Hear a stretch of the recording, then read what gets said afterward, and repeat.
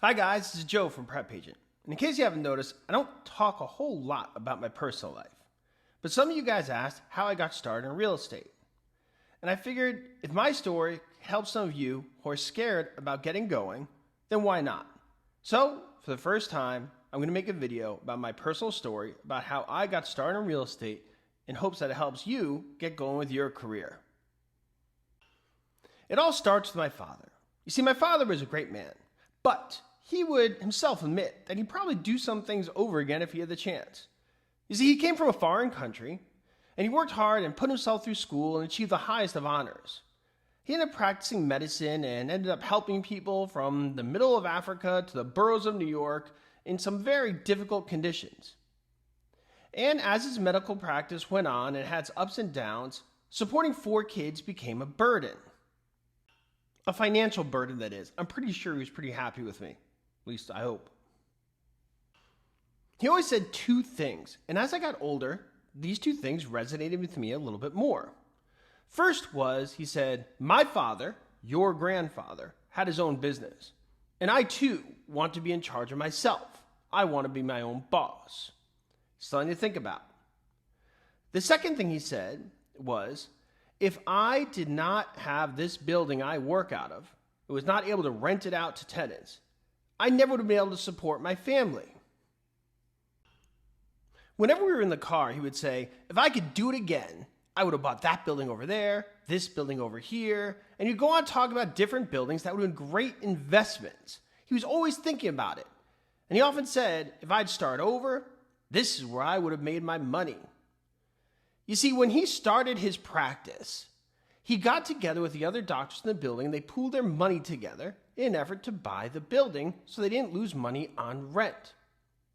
And as time went on, those doctors went on their way to different parts of the world or different walks of life, whatever they wanted to do. He would buy their shares. And because they all had a good relationship, the deal was not a difficult one. Everybody was pretty happy.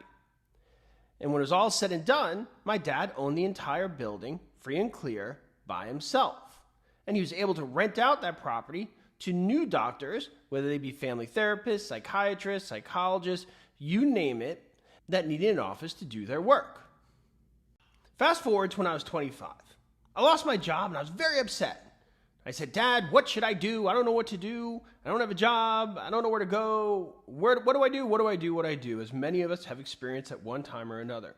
He looked me in the eye and he said, son, what you must do is you must invest in real estate like I wanted to do, like I should have done. You should be a real estate investor. I said, wow, that sounds profound, prophetic, sounds great, sounds amazing.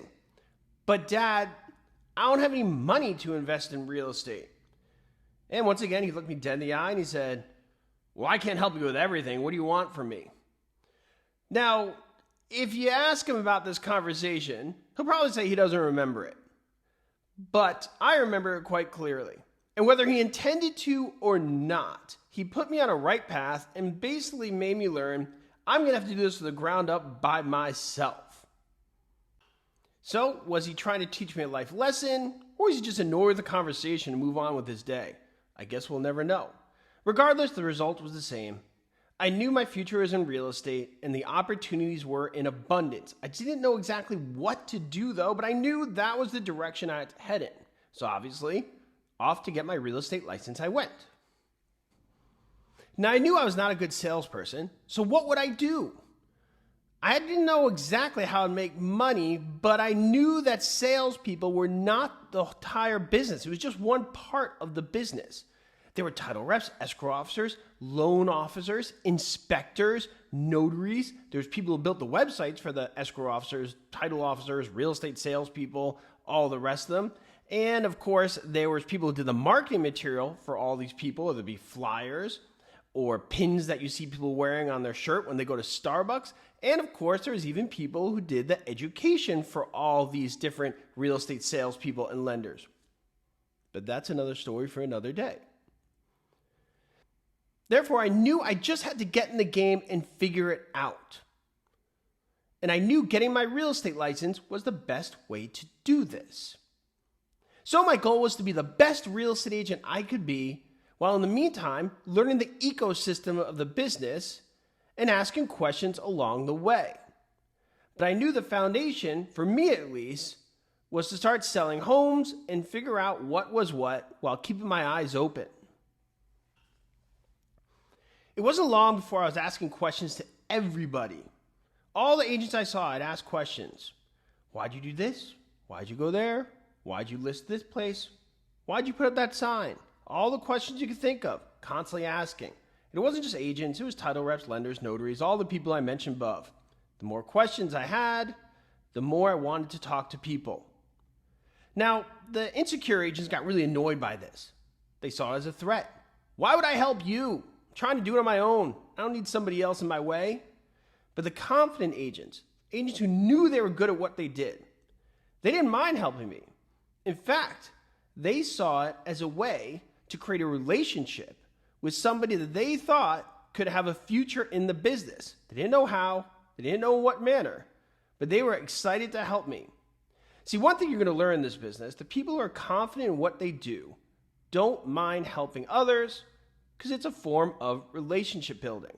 The insecure people, they're not so big on sharing information. Through this process, I started to learn what I could offer people, what made me unique. I started to realize that maybe I had something that other people didn't as I learned the niches that I could fill in the business. What I also realized is everybody had something unique about them. Everybody had something to offer. And I want you to realize this as you enter the business as well. There's so many different niches in the business. There's so many ways to get things done. But very often people are afraid to recognize what special gift they have. And you guys ever seen the movie Encanto? Maybe you know what I'm talking about. Or maybe even X-Men. They all got their superpower. And you too have a superpower. And by asking questions and doing some real self-analysis, I started to realize what my superpower was.